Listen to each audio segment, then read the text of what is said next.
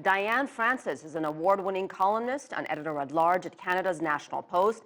She joins me live from Toronto to discuss NAFTA. Diane, thanks for being on the program. As Daniel said, seventh round of negotiations since August. Clearly has gone much longer than expected. What is your take on how things stand at this point? Where do things stand at this point?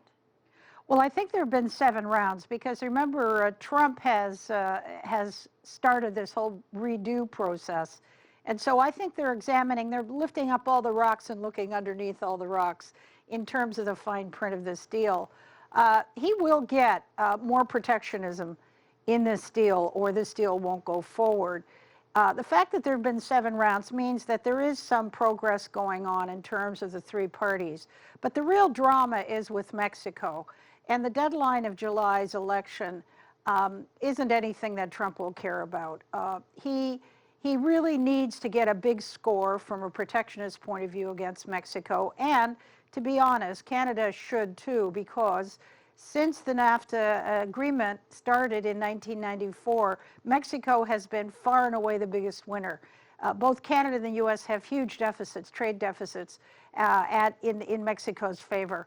And their labor rates have actually become worse, not better, since NAFTA. There are a lot of underlying problems between this troublesome 3-way partnership. So we may end up with 2 kinds of deals, a U.S.-Canada deal, which I'm in favor of personally, with Mexico added on, but under slightly different terms.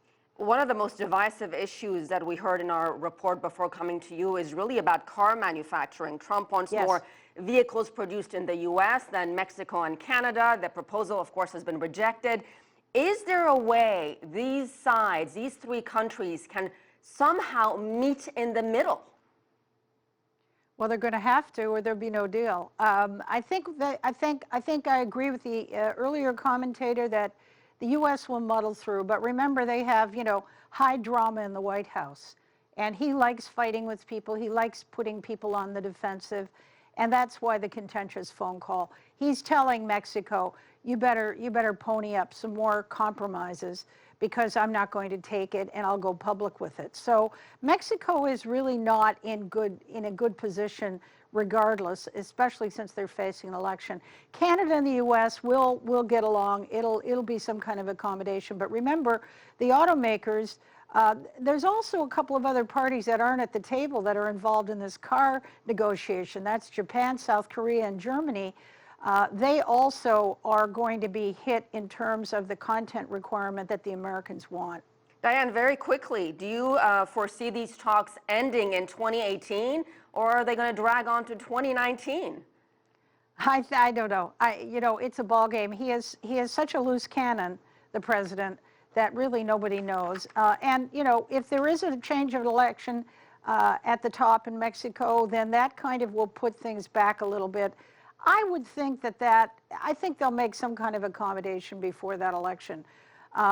But if they don't, they don't. We can just keep going on, kicking the can down the road. I mean, that's what the Europeans always do, too. All right, we'll leave it there. Diane Francis, thank you so much.